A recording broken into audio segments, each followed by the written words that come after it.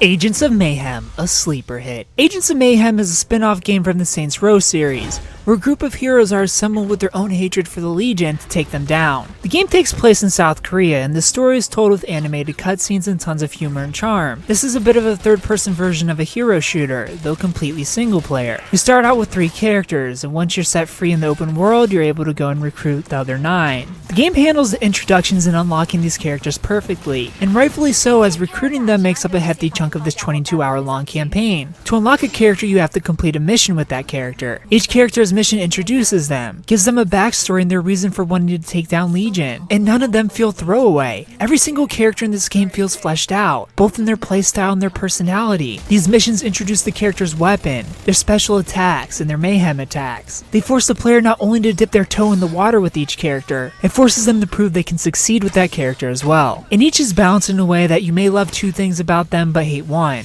or really love one thing but hate the other 2. This makes picking your favorite 3 so hard, and keeping in mind you need a variety of characters in your squad for different objectives missions may throw at you. Once you have your favorite 3 characters, it's time to squad up and take the city for your own. A squad consists of any 3 characters. You can take these characters and clean up the town if you'd like, taking over overposts so you can unlock region side activities, or claim currency terminals to increase your dollar per minute you earn back at your base. These side activities aren't really too interesting or fun. I don't imagine many people will spend their time running around this tiny city doing them, and other than unlocking schematics for new cars, there's not much incentive to do them anyway. Speaking of cars, this is how you will traverse, unless you choose to jump and dash through the air, but the game makes it easy by letting you call a car instantly with the touch of the D-pad. But sadly, there is no fast travel here. You'll be driving a lot. Most of your time will be spent doing main missions and running through layers or dungeons. These layers and dungeons are found in story, as well as in the global conflict section of this game, which is where you send out your unused members to go out and earn XP and scraps for gremlin tech, which is basically a consumable attack. These dungeons are where you'll earn mods for your equipped characters. The mission structure here though is practically identical through all 22 hours.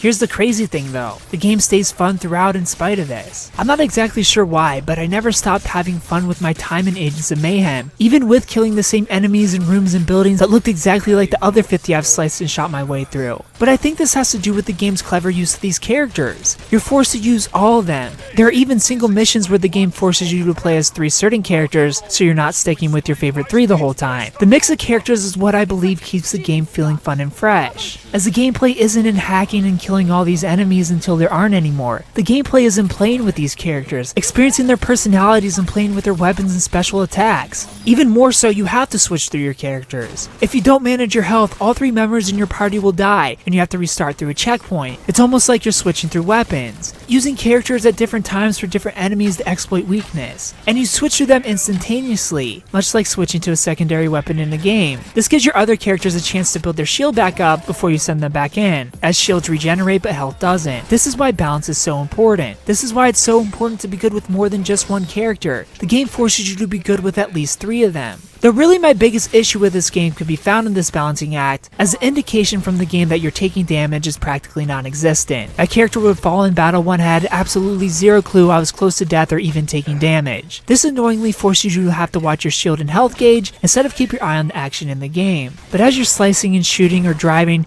your character will be trash talking the enemies and characters back at the base. And each character has their own dialogue that fits their personality, and for every moment within the story. And the dialogue and reactions will change on the fly if you're mid-dialogue and bring someone else in. It's a really nice touch and a telltale sign hard and care went into crafting this game with so many different characters. Every single one of them could be the star of this game. Speaking of different, killing enemies and using certain attacks will fill a mayhem meter up, and this allows your character to unleash a super awesome mayhem move to do crazy damage and give you an advantage in a dire situation. Though you get to choose just how dire a situation can get, as the game has 16 different difficulty settings, and will even suggest a difficulty setting for you to keep the game challenging as your characters get stronger. And of course you're rewarded with an XP and cash bonus for the higher difficulty you play on. Each character earns XP together if you use them in a mission or not. Maybe things were easy and you didn't need to switch. Your other character will still level up with you, keeping your team balanced. Leveling up earns you a skill point that you can dump into increasing stats for your character or into your team. And again, a certain team stat may be worth it to you to have a character you don't like in your team, as these stats are all unique much like weapons and attacks. At the end of missions, you also unlock gadgets for your characters that alter one of your special moves. For example, you can choose between your special attack having high damage or moderate damage with a buff for you or a debuff for your enemy. so you can alter your characters around to fit your playstyle more. You also plug in those mods you earn from layers into these gadgets, and mods can do things like increase your shield or special attack damage. There are also core upgrades that add a bit of spice to one of your abilities, like leaving behind a grenade when you dash. Cores are earned from missions and can also be made by collecting 10 shards around the city. Characters have a level cap of 20, but once you get there, you can turn them into a super agent and essentially level them up to 40, allowing you to max out all their skills. But you have to use these cores for those levels. And once you clear the story, you're able to replay any of the missions at any time to continue leveling up your characters and challenging yourself. And that isn't as necessarily as bad as it may sound, because again, all 12 characters have their own unique dialogue for the story. I'm surprised how much I ultimately enjoyed Agents of Mayhem. While the open world is shallow, the level design is extremely repetitive, and a low health indication like a harsh vibration or blood/discoloration on the screen doesn't exist. The heroes with their different moves, dialogue, and personalities, the different villains that are fun to hate, the overall writing in this game, all that keeps this game fresh and fun throughout. If you're a fan of hero shooters in any way, or even third-person shooters, don't miss out on this one. I give Agents of Mayhem an 8 out of 10. If you played Agents of Mayhem, tell me what you thought about it. Tell in the comment section below. If you haven't played it, tell me if you plan on picking it up. Thumbs up if you like the video, subscribe if you're new to the channel, and thanks for watching.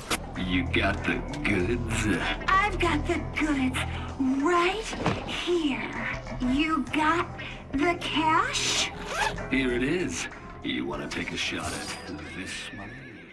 If you like this video, please consider supporting me on Patreon so that I can continue to bring you reviews for all the newest games at patreon.com/superkengaming. You'll get access to early audio and video versions of reviews, exclusive Let's Play videos, and you'll even get to choose the game I play next. Thanks for watching, and of course, stay beautiful.